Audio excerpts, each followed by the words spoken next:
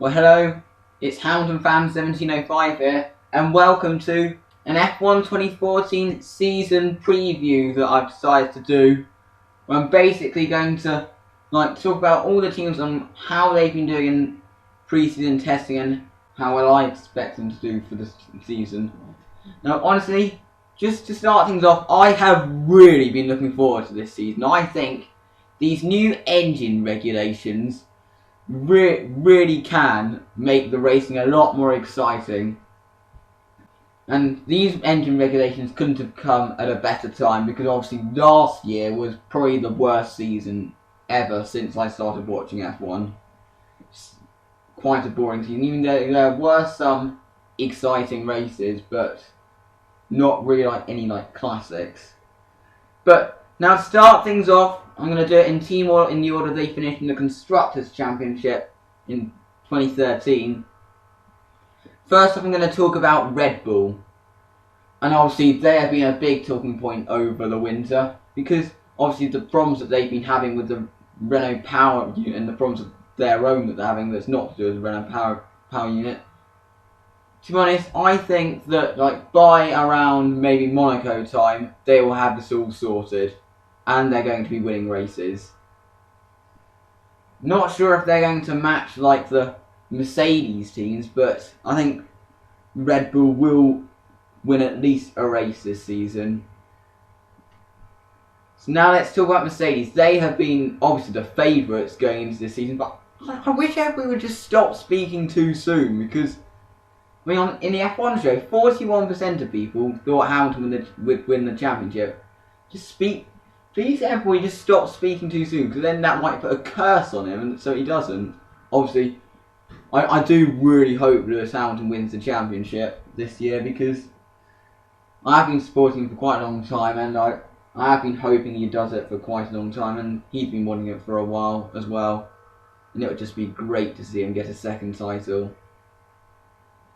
But they seem to have a very quick car from what testing has seen. Obviously, we're not sure if they have the quickest yet because we won't know till Melbourne next week. In fact, many teams are saying we won't know the true order till around 4 races. But I think Mercedes going to this season.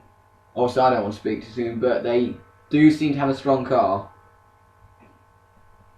Ferrari, I think over testing, because they were the only team other than a Mercedes-powered team who were fastest on any day of testing. I think they have a decent car, but as they said, I think in qualifying pace we're going to see them right up there, right in the first few rows. But when it comes to the race, they're just with their fuel saving problems of the Ferrari engines, they might just drop off. Which I think fuel saving this year might really add to create some better racing this year. A lot better than we had last year. Lotus now, obviously I think they have had the worst winter of any team because they didn't have their car ready for Jerez. And they lost so much mileage. I think it was a mistake by them. I'm not sure if it was actually their fault that they missed Jerez, but they said they were expecting many teams to do that. That's why I'm trying to think that it was their decision. So they said they were expecting quite a few teams to miss Jerez, but they didn't. So if it was their decision to miss Jerez, then it was a huge mistake because they did lose lots of running, and they seem to be really losing out in terms of outright pace. Obviously, with the troubled Renault power unit, they all seem to be having lots of problems as well. McLaren, I'm quite pleased that they're back on track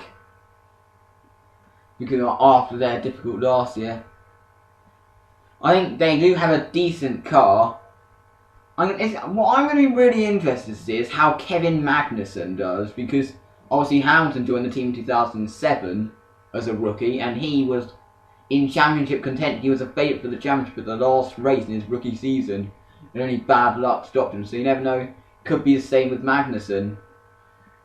But I'm not sure which one of Button or Magnussen will be at the top. I think at the beginning of the season, Button will be faster than Magnussen. But maybe as the season goes on, maybe Magnussen might catch up. Force India, I am really interested to see how they are going to do, because they have been a team I have been supporting ever since they started in F1. Obviously, Hamilton's my favourite driver, but Force India are actually my favourite team. And I think they have a very strong lineup in Nico Hülkenberg and Sergio Perez. And they've got the Mercedes power unit.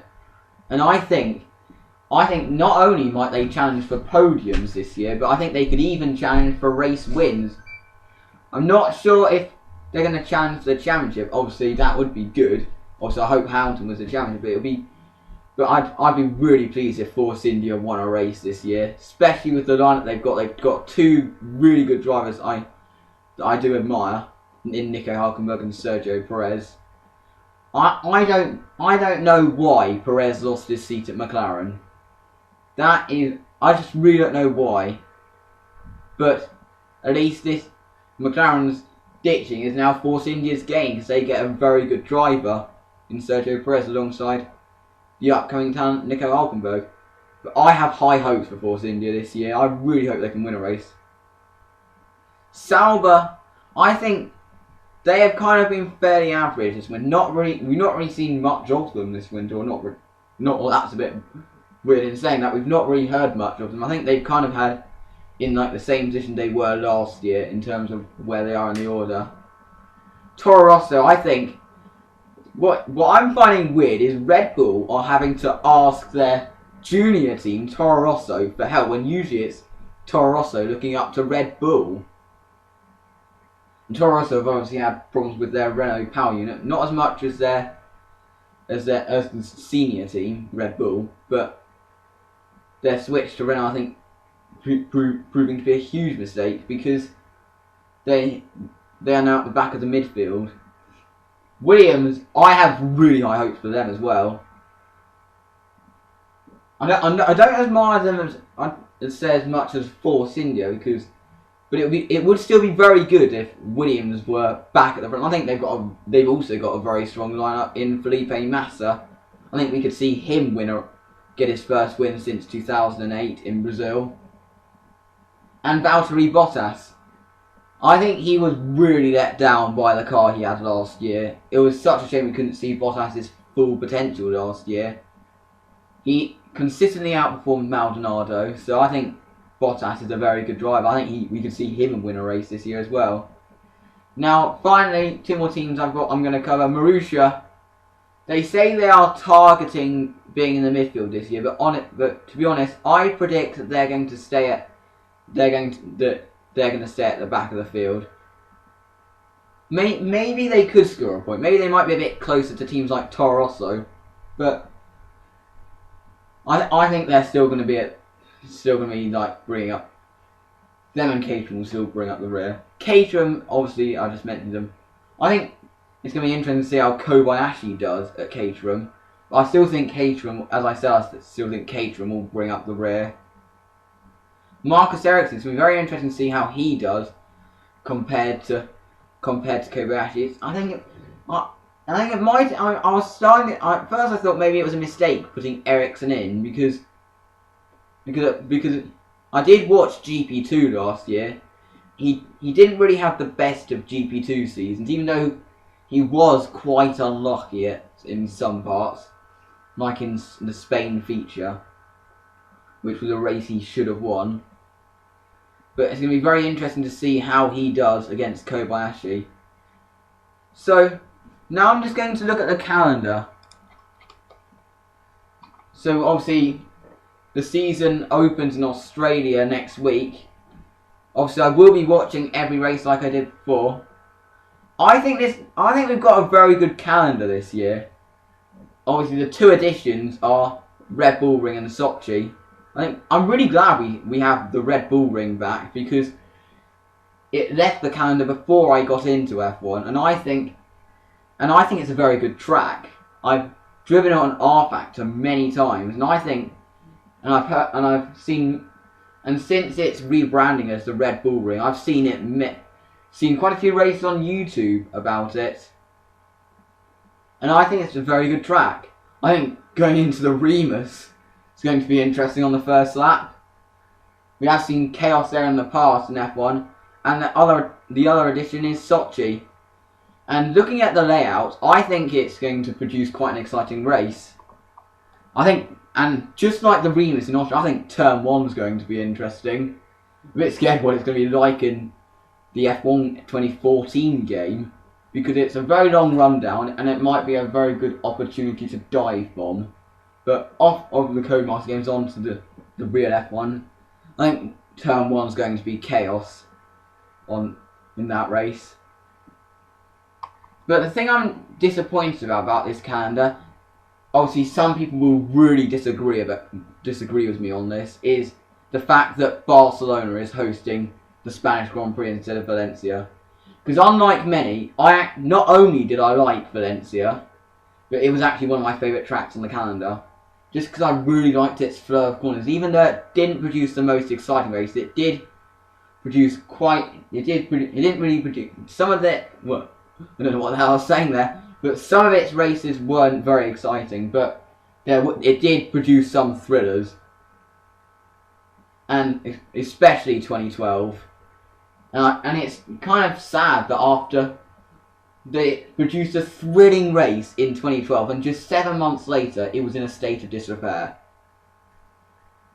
But the fact that it hosted a good race in 2012 proved it can host good races, and I really hope we do see it back on the calendar in the future, but I doubt that's going to happen, considering the state, not only of the track, but the area as a result of the economic depression.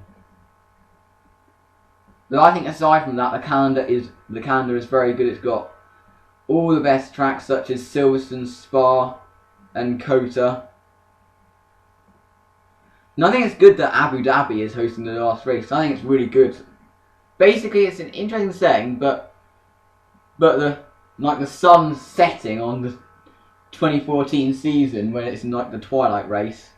That's what I liked when it was the last race in 2009, 2010. Another thing I want to pick up on is how Bahrain is a night race this year. Obviously, this won't affect the racing, but I think it might look quite spectacular. But obviously, when it comes to like spectacular looking tracks, nobody cares when it comes to the race, if it's like an exciting race or a boring race. But I think this year could be a very exciting season. I'm close to wrapping it up now, but I think it could be a very good season. I'm really looking forward to it, and you'll see my reactions to various things, to what happened. I really hope you all enjoy this season. Obviously, you'll probably see what I feel about each race on Twitter and everything, what I feel about particular incidents and stuff. But please put in your predictions in the comments section on what's going to happen this year. That would be really interesting to see what you think is going to happen. But all Hamilton fans, don't keep saying, "Oh, Hamilton's going to win the championship. Oh, Hamilton's going to win the championship," because then it might put a curse on him, as I said earlier. It might put a curse on him, and then it might curse him not to win. But thank you very much for watching my season preview. I'll see you for my next video.